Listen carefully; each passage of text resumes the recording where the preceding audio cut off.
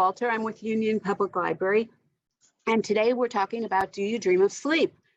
Christine Dunn from Atlantic Health Sleep Center has very kindly offered to share her expertise, which includes 34 years of clinical experience in sleep medicine. And she started as a night technologist, but now manages and operates a successful sleep lab. She's focused on patient and communication and community education, and we're very happy to have her here today. Thank you. Christine? I appreciate you guys inviting me and spending some time with me. I have been involved in sleep for many, many years, and I really enjoy reaching out and talking to people and educating people. And we all just want to sleep a little bit better. We're all doing it, some of us better than others, and hopefully I can share some tips and help you understand why it's important to get a good night's sleep and things that you can do to improve the sleep that you have. And if you have questions while I'm talking, if you type them into the chat, I'd love to address them as you have your questions. It helps me make sure that you guys know and understand everything that I'm saying, and allows me to give you the information that you're looking for. There's a lot of it out there, and some of it, you know, you already know, so I'd like to at least address the things that everybody needs to, would like answered. So I'm gonna start sharing my screen. And hopefully my emails don't pop up anymore. So everybody did join because we're all dreaming about getting a better night's sleep. There we go. So there was a recent study that went out, and it shows that 1 out of 3 adults are saying that they're not getting enough sleep. So much of sleep reporting is subjective. It means, you know, it's how you feel you're sleeping. So there's 1 out of every 3 people do not feel like they're getting enough sleep. That is a lot of us. And it's not just that we're not having a good night's sleep, so we don't have a good night's sleep. So what? When you have a problem sleeping, you tend to have something wrong that's causing issues. And if you're having problems, those sleep disorders are related, they've been linked to obesity, they've been linked to diabetes, heart disease, high blood pressure, increased chance of stroke. It causes difficulty with your mental status. So it's important, sleep is just as important for us as eating correctly or exercising. If we don't have a balance within our body, if we don't have a good night's sleep, we don't eat correctly, we won't have energy to exercise. If we don't eat correctly, it's hard to get up and start exercising, and you could have a hard time sleeping. Our body looks for a balance, and if we're out of balance in one place, it's going to cause difficulties in others. So a good night's sleep helps with our health, it helps with our performance, it helps the quality of our life. It is just as important to get a good night's sleep as it is to eat that balanced meal every day. So there is a normal process to how we sleep, and you should spend a short amount of time. It shouldn't take you more than 20 minutes, 30 minutes to fall asleep. And then you should cycle through different levels of light sleep to deep sleep and REM sleep. REM is when we're dreaming, and we spend about 25% of our night in REM sleep in different levels in different cycles. You need to achieve all of these levels of sleep to have a balance of your sleep. As we age, our sleep needs do change. So if you feel like you used to sleep so much longer than you can now, you're right. When we're young, we can sleep a lot easier, we can sleep a lot longer. We can also push through a lack of sleep. As we get older, we start having a harder time getting that quality sleep, and the sleep that we get is very, very important. Young children, babies, have that nice deep sleep that lets you pick them up from the car, bring them in the house, change their clothes, put them in bed, and they never wake up. That's the sleep that we all want to get all the time. And that's the sleep that decreases as we get older. So it's important to make sure that our sleep doesn't get interrupted, because we get so limited amount of that sleep. You don't want to interrupt that sleep. You don't want to interrupt the dreaming stages of your sleep. As we get older, we start losing that. And as we get older and into our teenage years, just saying, we get those cranky teenagers because they need to be sleeping a lot longer than they currently are. They should be sleeping 8 to 10 hours. And I know most teenagers are probably getting about 6 hours of sleep. We're trying to force them to go to bed early. We force them to get up early, and that's completely out of their range. And then we get even older, and we have children and all of those lovely responsibilities, and we should be getting 7 to 9 hours of sleep.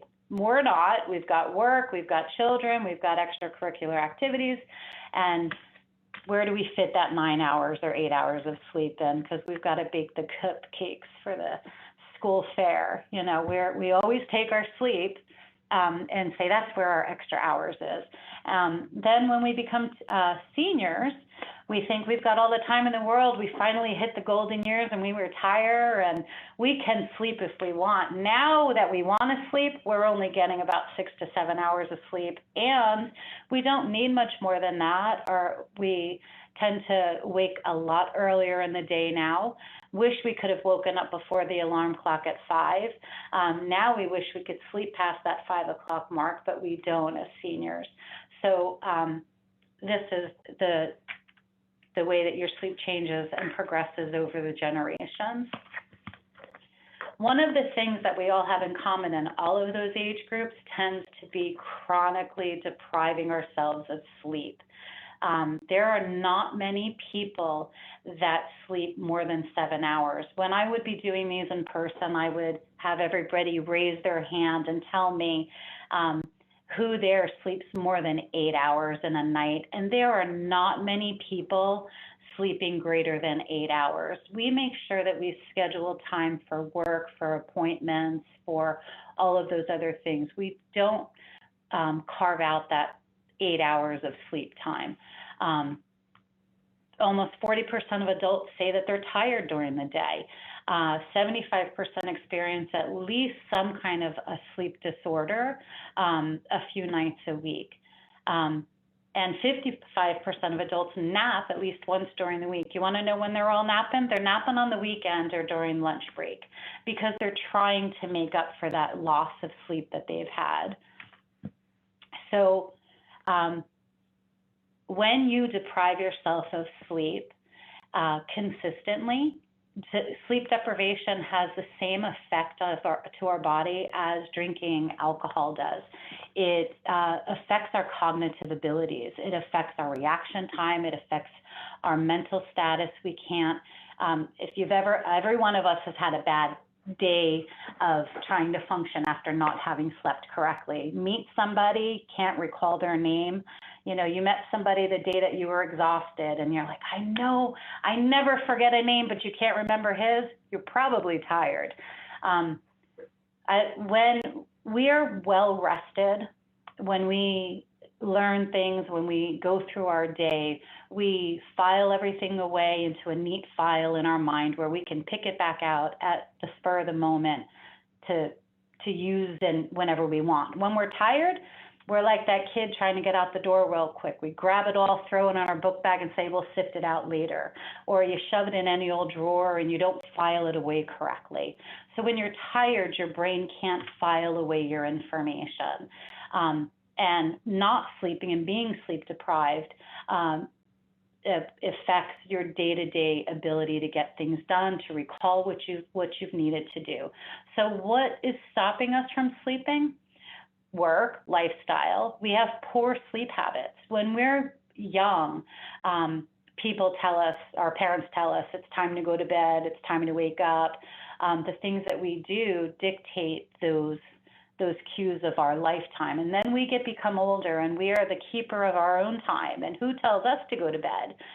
Nobody. So we stay up late to get things done. Unless you have an obligation that you have to get up for, you're like, I'll sleep in. You don't get up based on an alarm. You wake up when you want if you don't have to, or because of obligations, you're waking up earlier than you need to. Environment around us, your neighbor's dog or the gardener coming, those things can disrupt your sleep. Or, sirens in the middle of the night. There's always some kind of environmental disturbances that we will come across. Technology, we lay in our beds with our phones or our iPads, we watch television, we sit there with our laptops. Technology really has created a 24-hour-a-day lifestyle for so many people, and we're always connected. Those devices come at a cost. They have a light, and light tells our body when to sleep and when to wake up. It helps our circadian rhythm. We have an internal clock that tells us when to wake and when to sleep, when to be tired. And light is one of the things that trigger that. So the technology of your phone in your face puts light right in and your brain says, oh, if there's light, it's bright, it's time to be awake. So that can cause problems with your sleeping. If you're a shift worker, because we're a 24-hour world now, there's more 24-hour positions. People are up all night long and they're sleeping all day long. Or you could be having a problem sleeping because you have an undiagnosed sleep disorder or an untreated sleep disorder. And none of us take sleep seriously. I see more understanding in the importance of sleep over the last 5 years than I have in the prior 30 years. I think we are starting to realize that it's important. If we're not sleeping correctly, dealing with stress is even harder to accomplish.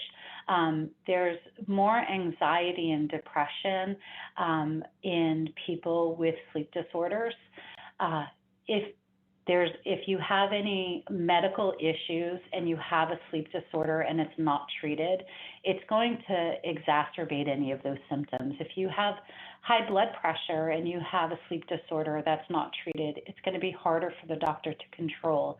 If you have pain, if there's back pain or any other kind of pain, it's amplified when you have a sleep disorder that's not treated. Or you have pain that's preventing you from getting quality sleep because it's disturbing you. Medications that we take can affect our how we perceive our sleep. There are some medications that affect our brain waves. Without understanding that, it can make you feel tired or make you feel like you're lying awake, and not understanding that the medications could be one of the reasons affecting your sleep quality. If you're not exercising, we're in lockdown, so we're home a lot more, and we're not as active as we were, that's going to increase our difficulties in sleeping or staying asleep. Maybe we're sleeping too much. And then for women, when we go through menopause or perimenopausal, we start to have differences in what our sleep needs are, and we start feeling more tired and more fatigued. And again, having a sleep disorder is going to is going to cause more sleep deprivation. Any of these issues can cause difficulty in dealing with day-to-day, have a negative effect on how we deal with our day. The effects of sleepiness and fatigue, as I was saying, it affects our reaction time, our judgment, our vision. If you've ever been tired and you've been out shopping, and get on that line where the cashier leaves when you're the next person, and you're tired and you're like, and it can ruin your day. But if you're well rested, you're like, oh, well, and you go to another line, You can think about how you've responded to different situations that you face time and time again. And when you're tired, you don't have the patience, you don't have the judgment to stop and breathe and be like, this isn't that big of a deal, or to be able to solve a problem. So you can't process the information, you have a hard time recalling things. The effects of sleepiness day to day on us, we take for granted. We don't even stop and realize how it's affecting us or our mood. You know, we just passed the holidays without, and you see family. And in the past, this year might have been a little different. In the past, you have all that prep to get all of your family there, and you're exhausted. You stay up the day before everybody shows up to prep everything. And when your family comes, you're cranky because you're exhausted. Instead of being well rested, you spent your evening preparing for them, and now your patience isn't quite there. You still enjoy yourself, but now thinking about it, you're like, oh yeah, I was probably tired that day. I wasn't thinking about it. Yep, that's it. We've all done it. So it's important to pay attention to when we're tired, and maybe take a pause and think about how it's affecting our judgment and what we're doing. Sleepiness, the sleepiness effects of school and working with our kids home, or some kids at home, we're probably starting to see how our children who are sleep deprived are behaving when they were at school, because now we're dealing with it. They have a hard time concentrating. I don't have little ones at home. However, I have friends and grandchildren, and I know my grandson can't seem to concentrate very long if he's tired. He can sit in his seat for a few minutes, and the next thing you know, he's standing up and doing crazy things. So concentration is so hard when you're tired, because if we keep focused on something, we're going to fall asleep. So we start to look at other things to keep us focused, or at least alert. You can't handle stress when you're tired. You have a hard time listening to somebody. It's easy to get distracted by the car that's driving by outside, or your cell phone vibrating. You can't relate to others, have a hard time solving problems. Our children are sleep deprived, and we're trying to teach them problem solving skills, and how do you do that when they can't pause and take a breath because they're tired and they're focused on 50 other things to keep themselves going. Decision making becomes harder when you haven't had a good night's sleep. If you have any big things coming up, one of the most important things you can do is make sure to allow yourself some time to rest and regenerate yourself. School and work problems are due to sleepiness. People are late to arriving at work. They call out of work, falling asleep at work. We've had some major accidents. Chernobyl was because of sleep deprivation. There's the oil slicks that happened. Those were due to falling asleep. The New York ferry, they fell asleep. The Hoboken train accident was caused because of somebody falling asleep at work. We make a lot of errors and mistakes, and some of them can be really, really detrimental. We make errors when we're tired, and people get hurt. Either we get hurt or others. There's car accidents because you're falling asleep when you're driving. So being sleepy and fatigued and tired have some serious consequences to them. So one of the most common reasons for sleep deprivation is a sleep disorder. Those sleep disorders, the top three is obstructive sleep apnea, insomnia, and restless leg syndrome. Obstructive sleep apnea is a breathing disorder. When you fall asleep, your airway collapses closed when you relax. Sometimes it closes all the way. Sometimes it just closes enough to disturb your breathing. If you've ever heard somebody snore, I like to describe that as if you've ever blown up a balloon and then pulled the neck tight and you make the air whistle out and make that funny noise. That's what snoring in your throat is. The airway is becoming so small that it's forcing the air through a smaller opening, causing that noise.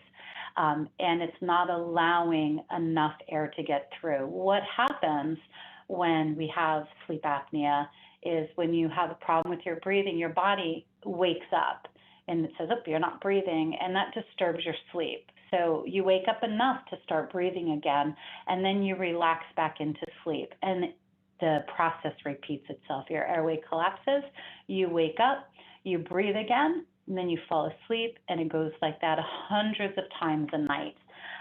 So you never get through that nice cycle of sleeping, of light sleep, deep sleep, REM sleep. There are things that you can do for sleep apnea. The obstruction is caused by anything that's going to make your airway smaller, whether it's a deviated septum, enlarged tonsils, or excessive weight. If it's a physical reason of a deviated septum, physicians can help you with that. If it's a matter of being overweight, when you gain weight where you can see it, you gain it where you can't. So there's less room for your internal organs, there's less room inside of your airway, there's less room inside, not just outside. And if you lose some of that weight, then that can improve it. There are also oral appliances that people can use, and then there are masks that people wear at night that help keep their airway open and blows air into their airways. There are treatment options available, and if you're concerned about sleep apnea, then you can speak to a physician and they can help you. Insomnia is another one. Now, all of us will suffer from insomnia or have in our lifetime.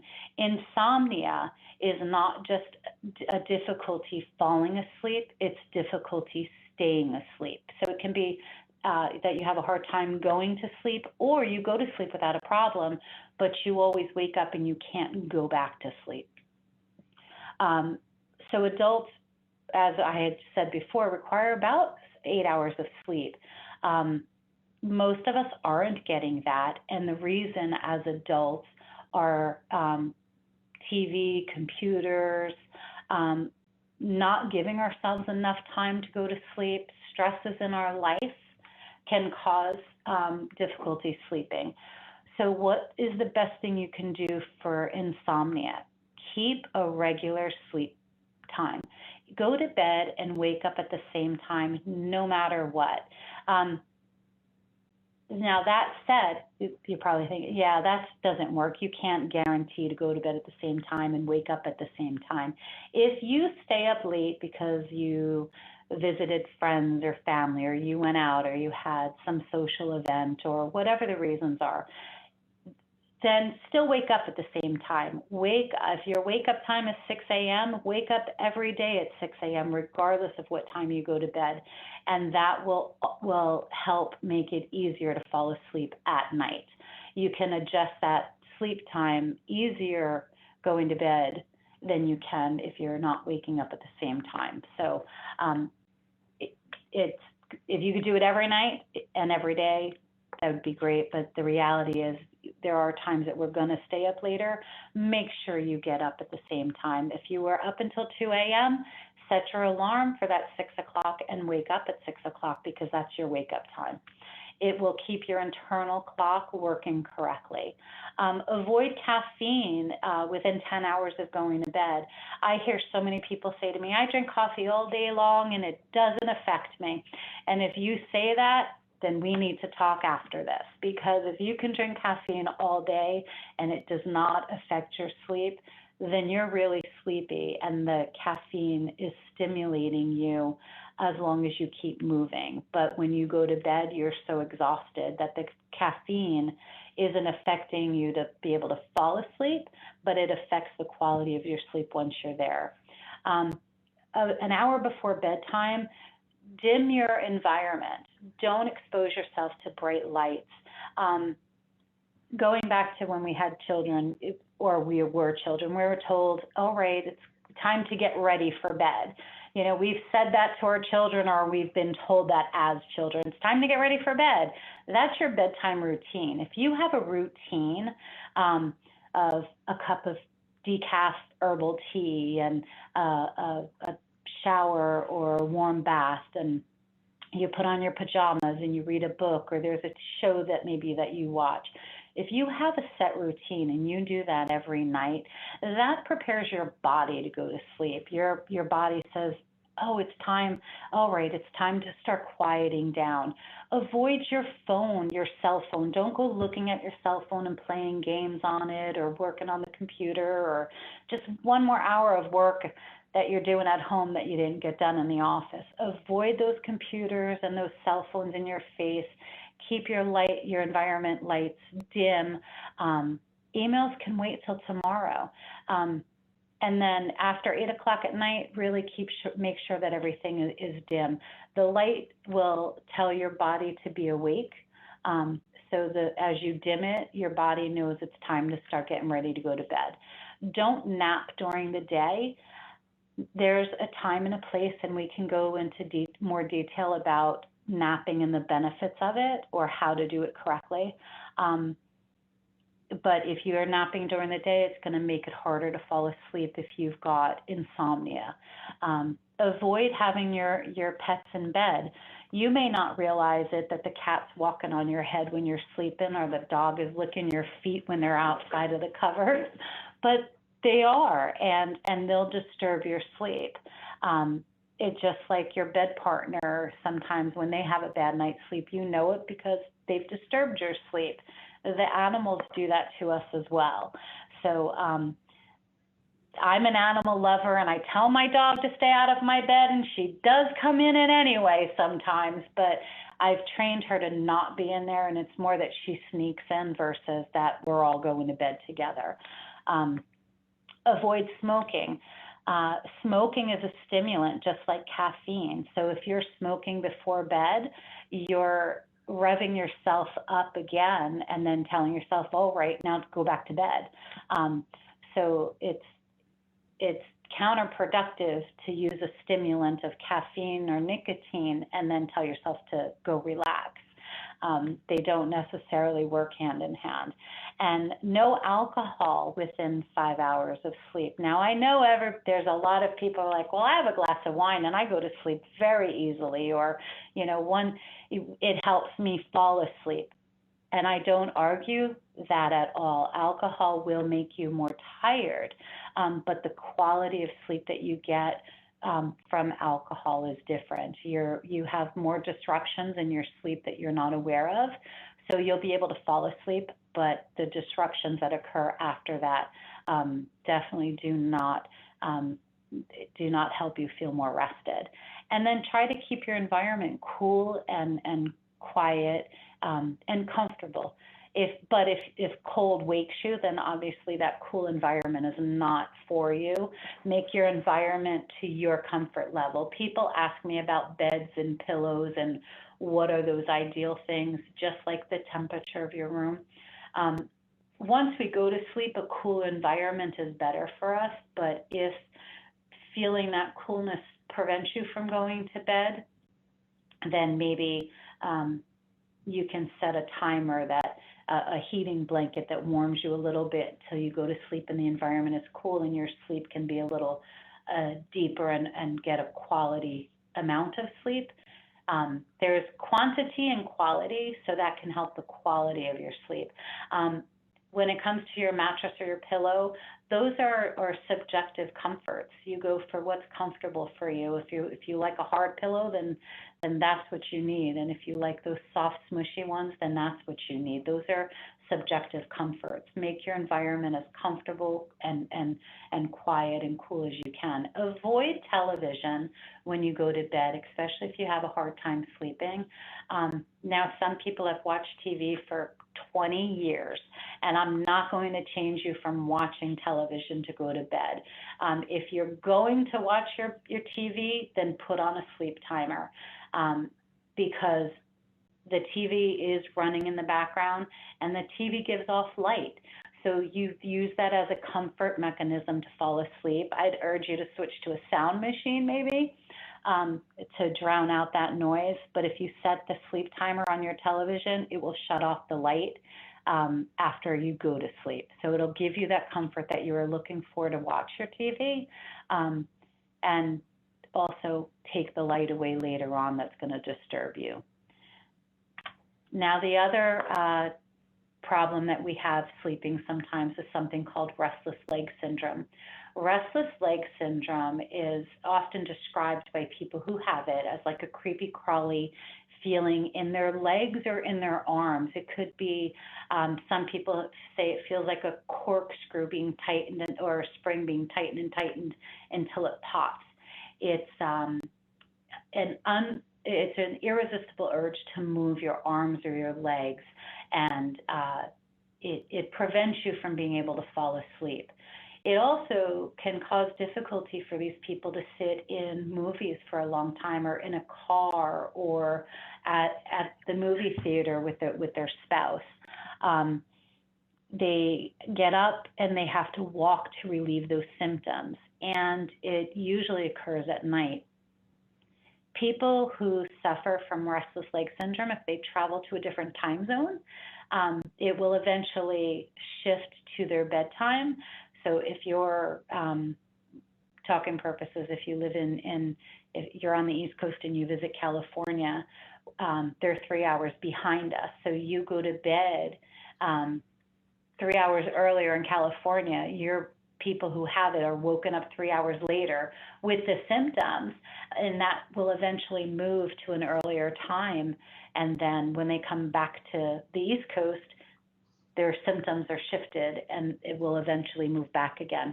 If you have restless legs, you know what I'm speaking of. If this doesn't make sense to you, you don't have it.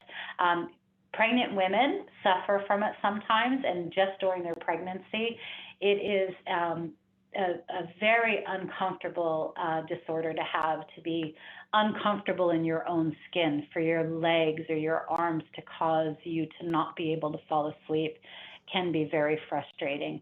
There is options and there are things you can do. So if you have restless legs, avoid alcohol, smoking, and caffeine, just like for all of those other things. Don't do it within 6 or 7 hours of bedtime. There's medications that you can use that will help the symptoms, and they allow you to fall asleep, and they stop those jerks and sensations from waking you once you do go to sleep. There are so many more options today than there were just 10 or 15 years ago. So if you have restless legs, I highly suggest speaking to your doctor. Getting up and walking can only get you so far. There really are other options for you now. So just to touch on a few other common, not common, but common disorders. People who have delayed sleep phase syndrome, those are people who are teenagers. They can't go to bed at 8, 9, or 10 o'clock at night. Their bodies truly do want to go to bed at 12 or 1 o'clock. There are things that physicians can do to help people who have delayed sleep syndrome. Those are people who really, their bedtime, their internal clock is set to go to bed later. People who work shift work, doctors, nurses, even in this day and age, people who work in the store, if you work the night shift, you have a problem sleeping because you live the nightlife sometimes, and then you live a daytime life when you're not working. And there are options and things that you can do that can help improve your life if you're a shift worker. Advanced sleep phase syndrome is the opposite of delayed. You're tired earlier at 6 o'clock or 5 o'clock, you're exhausted looking to go to bed, and there's nothing you can do except try to go to sleep. Jet lag, if we travel to different time zones, there are ways that you can prepare to leave your time zone, go to another one, and come back again. So you have options to take care of or prepare to do that. And there are some people who you hear people who say, I only need 5 hours of sleep. And there are people that truly only need 5 or 6 hours. Thomas Edison was one of those people who needed a short time of sleep. There are long sleepers, people who actually need 10 hours of sleep. So that 7 to 9 hours of normal sleep, that's a overall general statement. There are people who do really require less and people who require more. And if you're one of them and it's not affecting your day-to-day life, then that's okay. So, but if it's a problem, and anything that affects your day-to-day life in a negative way is something that you want to get looked at. So if it's bothering your day-to-day life, then it's time to start looking into what you can do. Sleep deprivation and obesity. When the research suggests that there's a link on how much sleep you have and how much you weigh. So if you're not sleeping enough, it will you will have more excess weight on you than if you are getting quality and the right amount of sleep. I think, in my opinion, it has a lot to do with it. You don't have the energy to get things done. We're looking for quick fixes. We make poor eating choices. We look for a fast carb that'll give us a boost of energy when we're tired. We drink coffee with milk and sugar in it and drink those extra calories in our day.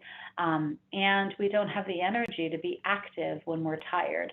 So sleep deprivation will always negatively impact your body weight because it's going to negatively impact the choices that you make day to day. Could a lack of sleep be causing you to gain weight? Absolutely, for all of those reasons that I just said. You're going to always look for a quick burst of energy when you're tired in some way, and there's so many opportunities to grab those little power drinks in the stores, or that Dunkin' or that Starbucks drive-through, get a Frappuccino. Those are all empty calories that you don't need. And you're going to have to figure out how to burn them off, but you're tired, so you don't want to go to the gym or you'll grab another power drink to go to the gym, and now you're going to work out, but you've just consumed more calories to get the energy to do it, and it's a losing battle. I never plan a road trip with an empty gas tank. I would never think to go on a 300-mile car ride and not put gas in my car, but we will often plan a day packed full of activities and things that we need to accomplish and not give ourselves an 8-hour sleep or a 7-hour sleep. You just don't give yourself the right amount of sleep to get through the next day. And sleep is like our gas. If we don't sleep, our bodies can't go. If we don't put gas in our cars aren't going to go. So again, this is about sleep deprivation. When you're not sleeping, it does affect diabetes, your glucose levels, your insulin levels, your stress hormones, hunger hormones. So it has a huge impact. It also affects your mental status. There's fatigue just affects our mental performance, our physical performance. It's not just falling asleep. It is functioning. It's our memory. It's our concentration. It's our decision making. It's our alertness. It's our reaction time. Our body wants to sleep properly. It wants to get the right amount of sleep. If you aren't sleeping, your body's going to try to steal some sleep. If you've ever been driving and your head kind of nods, even as a passenger, or at home and watching television, waiting to the end of the show, and all of a sudden you catch yourself with your eyes closing and your head bobbing, your body's telling you you're tired. Those are micro sleeps. You know, if you ever counted out 10 seconds. 10 seconds does not sound like a lot of time to have a small amount of sleep creep in, but imagine your body forcing you to sleep when you're driving. Count to 10 and see how far your car travels in that 10 seconds. That's a lot. So it may be a small amount of time, but it isn't all at the same time. Your body will force sleep on you. So what are some of the symptoms of being tired? If you start to withdraw from the things that are happening, if you start to feel depressed or down, if you're getting moody, if you're quick to anger, you lose your sense of humor, you're not interested in what's going on, or you're always tired. If you're feeling any of those things on a day-to-day basis, start looking at what your sleep is and questioning whether you need to look further. Should you have your sleep evaluated? Look over this checklist. If you're saying yes to any of these, it's probably a really good idea to sit down and talk to your doctor, talk to a medical person who can help you. If you're snoring, that's a warning sign that maybe there's something wrong in your airway. If somebody's telling you that they heard you snoring or they saw you stop breathing, that's a warning. Look into it now. If you're falling asleep all the time, watching television or sitting and listening to somebody speak and you're having a hard time staying awake, that's a clue that you're having a hard time and you're probably not getting the right amount of sleep. If you're having a hard time going to sleep or staying asleep more than 3 times in a week, it's time to look into what's going on. If you get that unpleasant tingling or creeping in your arms or your legs, that's restless legs, and you should talk to your doctor about it. If your sleep is getting interrupted because of heartburn, or you always wake up at 3 a.m. and but there's nothing to explain why you're always waking up, or you're being bothered by your family members, or there's pain or discomfort, or it's interrupting your sleep constantly. If it's affecting your life day to day, it's time to start looking into what's causing it and fix it. So these last couple slides are what everybody wants to know. What are the really, really key things about that I can look at and try to do? Realistic things to help you sleep. Maintain a regular bedtime. That is the number one thing that we can do for ourselves. Maintain your regular bedtime, and your wake time is key. Establish a routine that gets your body ready to go to bed. You can't run all day long and then the bell goes off because it's 10 o'clock and you change clothes and jump in bed and go, okay, hurry up and fall asleep. We need to ease into that process. Our body needs to prepare for it. So setting up that routine, that ritual will prepare you and make it so much easier to fall asleep. Make your sleeping environment the most comfortable for you. Make it as quiet, as comfortable, as cool. Look at your environment and say, you know what? That clock that Aunt Sarah gave me ticking in the corner, it's cute, but it's got to go in the other room because you hear it tick, tick, ticking all night long. Or what? Just really take a minute and look and make your environment as comfortable as you can. Make sure your mattress and your pillow is comfortable. So what if you spent $20 on that pillow, or somebody gave it to you as a gift, but it's too big, and don't use it to sleep on. Make it your decoration pillow. Get a comfortable pillow. Make sure your mattress, if you've had it for 50 years, it's time for a new one. Sometimes when we buy our mattresses, and we keep them for a long time, you liked that soft, comfy, ultra pillow top 10 years ago, but we're a little older and we've done a little more to our bodies and we might want a little more firmness underneath us, or vice versa. You liked it much more firm 10 years ago and you went to a hotel and slept on that soft mattress and realized it was much more comfortable and you slept a lot better on it. We change over time. just because we bought that mattress, we don't need to make that 30-year commitment to discomfort. We can buy new ones.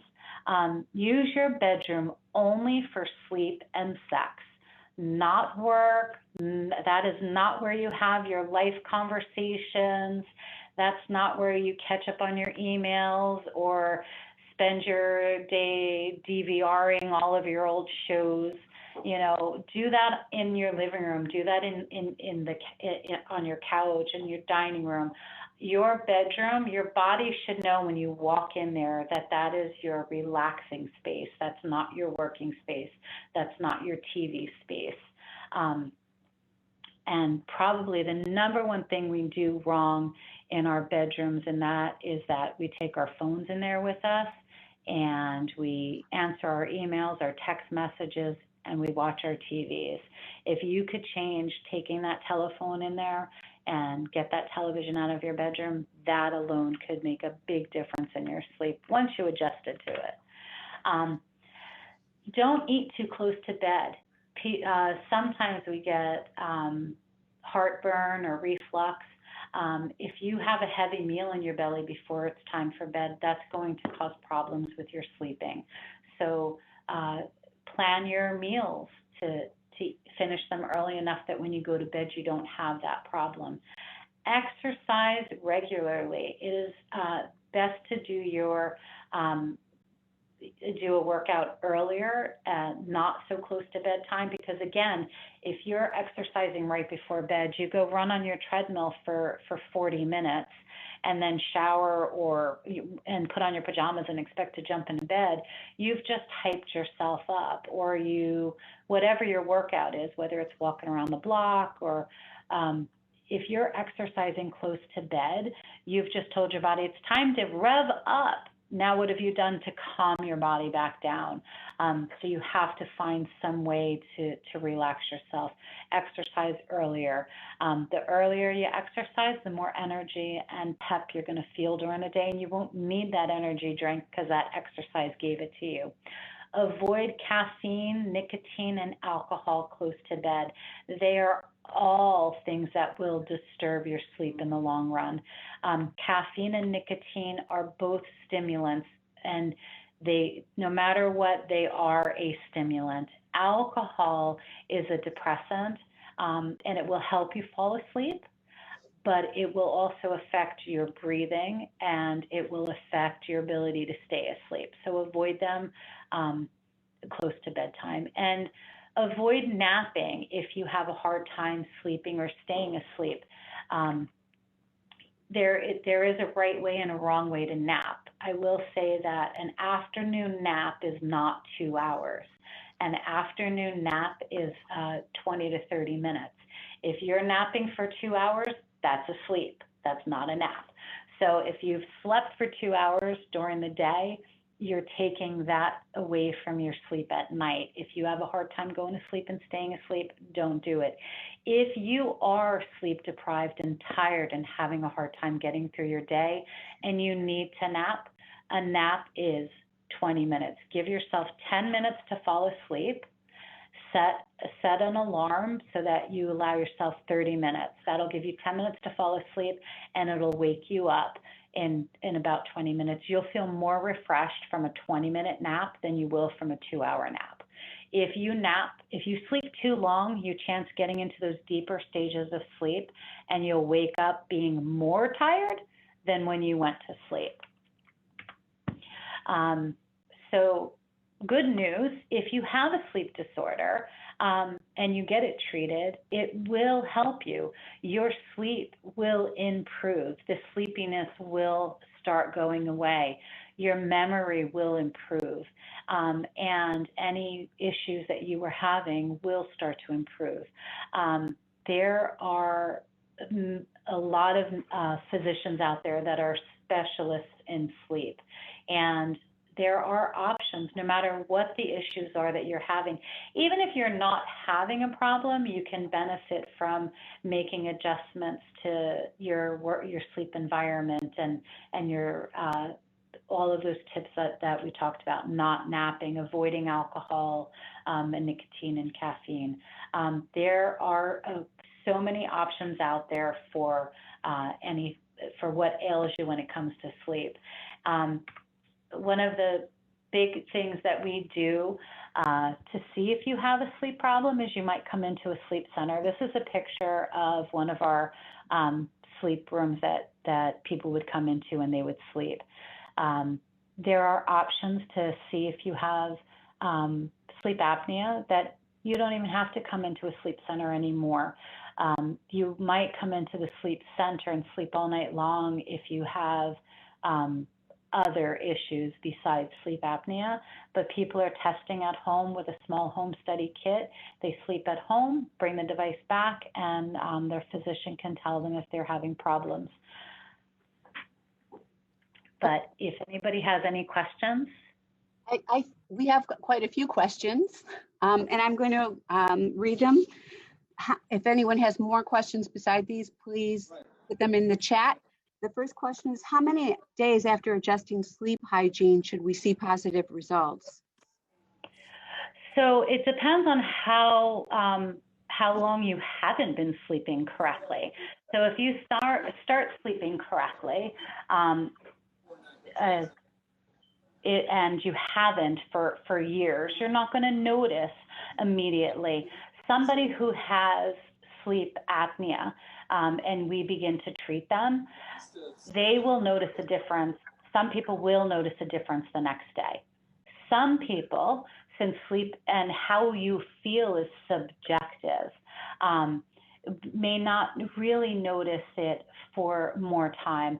What I often tell people is you may not, there's no blinking light that's going to say, look, this is where you're improved. You may have been tired in the mid-afternoon and not realized it. But now that you've made some adjustments and you're sleeping better, you're not yawning at 1 o'clock after your lunch fighting to stay awake. That may not have been something that you realized you were doing, but it's an improvement. So you should begin to see improvement depending on what it is that you're fixing. If it's that your sleep is that you have a sleep disorder that needs to be treated versus you have bad sleep hygiene that needs to be adjusted. It could take a lot longer to fix bad habits that we have for sleep and see the long-term effects of it. So there's no solid, I can't say, well, tomorrow you're going to notice a difference, but you will if you pay attention to the small things that were caused by lack of sleep, that your afternoon is a little easier, you're not drinking as much caffeine, or you've got more energy, or you're staying awake during your evening programming that you like to watch. So the next question is there any help for overactive imagination sensitivity? Since a child, I have dreamed vividly and wake up exhausted because I feel like I just lived through a 6-hour miniseries. So they're interesting. So the dreaming, you wake up during your dreams a lot. If you'll only remember your dreams. Dreams only happen in REM sleep, REM sleep. And you will only remember your dreams if you wake up during that stage of sleep. And if you're waking up during that stage of sleep, what I would recommend is that you look to see if you've got something else going on. If we have problems with our breathing, they're going to be worse during REM sleep. REM sleep, because of our vivid dreams that we have, our bodies, we have no muscle tone. We lose more of our muscle tone so that we don't wake up and if we were dreaming that we were running, we don't get up and we don't run. That's REM behavior disorder that you hear people doing behaviors in their sleep. So because we have that muscle tone that we lose, it can cause breathing problems that will wake us up, and then we'll remember our dreams. So if it's consistent that you constantly wake up during REM, the next question is, why am I always waking up during REM? And that is worth looking into. You're going to remember those dreams because you're being disturbed during REM. Why are you being disturbed? The dream isn't going to wake you. It's something else that's causing that. Next question is, all the big fad now is weighted blankets. What do you think? Someone says they said it felt like a straitjacket. So if it didn't work for you, it is not for you. That comes into that comfort level thing. Some people love a heavy blanket on them. Some people want just a sheet. Some people need their feet hanging out. Those are subjective comforts. So if it helps you, absolutely. If you tried it and it was horrible, it is not going to benefit you to use that when you're sleeping. I know that that sounds like very, like, really, but that's true. That's completely subjective. I like a heavy blanket and I'm going to sleep better with that. You know, I don't like one. It feels too heavy on me. It's going to disturb your sleep. And you might have asked this question already, but how about falling back to sleep in the middle of the night? So that's a part of insomnia. And are you looking for help to fall back to sleep? So when it comes to insomnia, if you're having a hard time falling asleep, then first off, don't have a clock that you're watching, because if you're watching a clock, you're busy paying attention to how many minutes you're laying awake. Turn that clock to where you can't see it. If you're laying in bed for more than 20 minutes, 30 minutes without falling asleep, get up out of bed, and don't stay in your bed getting frustrated about not sleeping. And then once sit in a dim room, do something that is relaxing, not stimulating, and then try to wait until you start to feel a little tired and try again. If you wake up and you can't go back to sleep, look at, have you had anything that has a lot of caffeine or sugar in it prior to bed? Are you waking up because you need to use the bathroom and having a hard time falling back to sleep? Decrease your liquids before you go to sleep so that your sleep doesn't get disturbed. Learn, maybe use some meditation techniques to help relax yourself and go back to sleep. If you're waking up to use the bathroom or other things, limit the stimulation that you give yourself when you wake up so that it's easier to fall asleep. A lot of times when you wake up, your mind starts racing. You start thinking and planning and plotting. And if you're somebody who starts thinking and that keeps you from going back to sleep, keep a notebook next to your bed and write down a couple of the things that are racing through your mind and be like, oh, right, I'm going to deal with that tomorrow. And put it on your nightstand and try to relax and go to sleep to take the pressure of remembering all of these brilliant ideas that you're coming up with in the middle of the night. And if making those adjustments, making sure lights are dim and all of that continue to be an issue, then again, I would seek professional help. Great. What do you think about CBD drops? Any special kind? I think if they help you, then continue it. I don't have any specific kind that I would recommend. That's taken the place of people asking questions about melatonin. And again, melatonin has its benefits if it's used correctly. Anything can have its benefits if used correctly. I'm not the person to tell you the correct way to use it. I would suggest that you talk to your doctor, because you have to look at if there's other medications or health issues that would say that it wasn't worth, that you shouldn't use it. Okay. And then, and before I go too far, I want to say that the PowerPoints will be available, and I will send a note to everybody whose email address I have.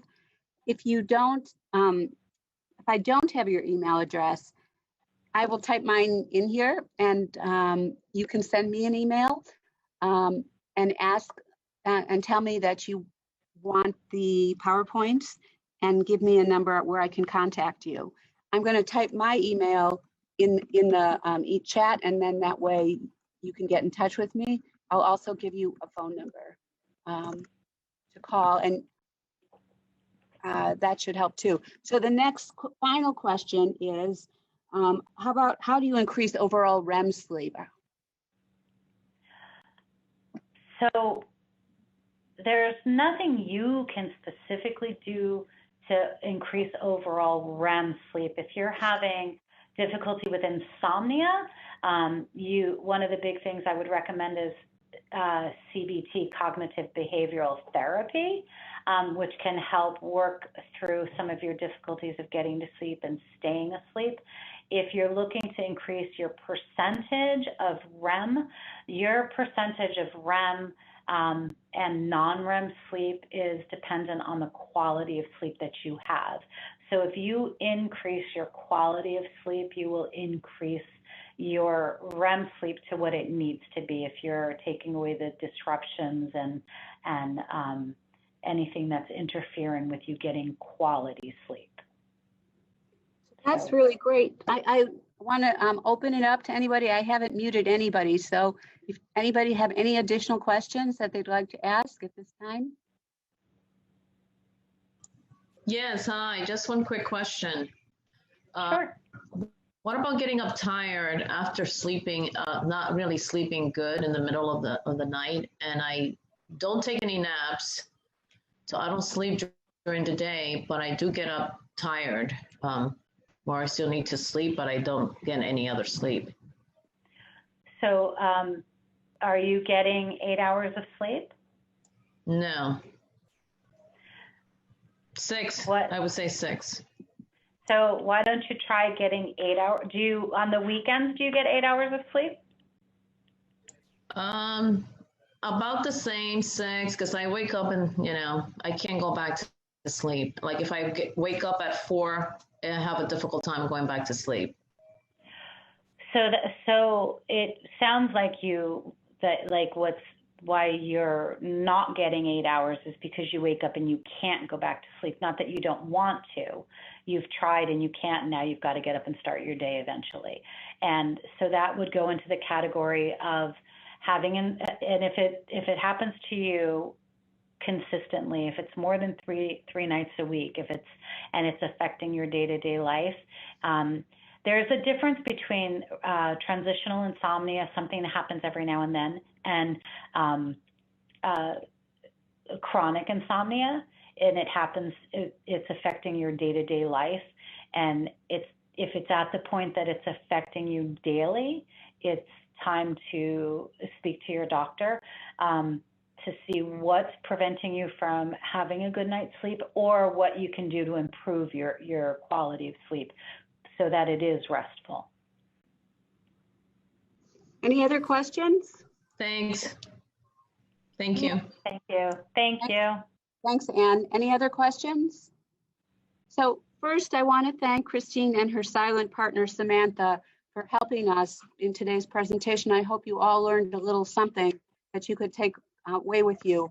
I also hope that you'll sign up for our UPL newsletter or go to our website, www.uplnj.org, and to learn about more events. Next week, we have Does Duct Tape Cure Warts? About complementary medicine and about telling when a rumor is legitimate or when it's not. And we also have a writer's program coming up. We have Jeopardy, learning about Jeopardy, and a program on the Mediterranean diet. We have a program on Sinatra coming up. Feel free to type in anything in the chat box or to call me at 908-851-5450, extension 3, and ask for Debbie. 908-851-5450, extension 3. And if you have program ideas, I'm always eager to hear them as well. So again, thank you to all of you for participating, and thank you, Christine. I really appreciate it. Hope to see you again soon. Thank you.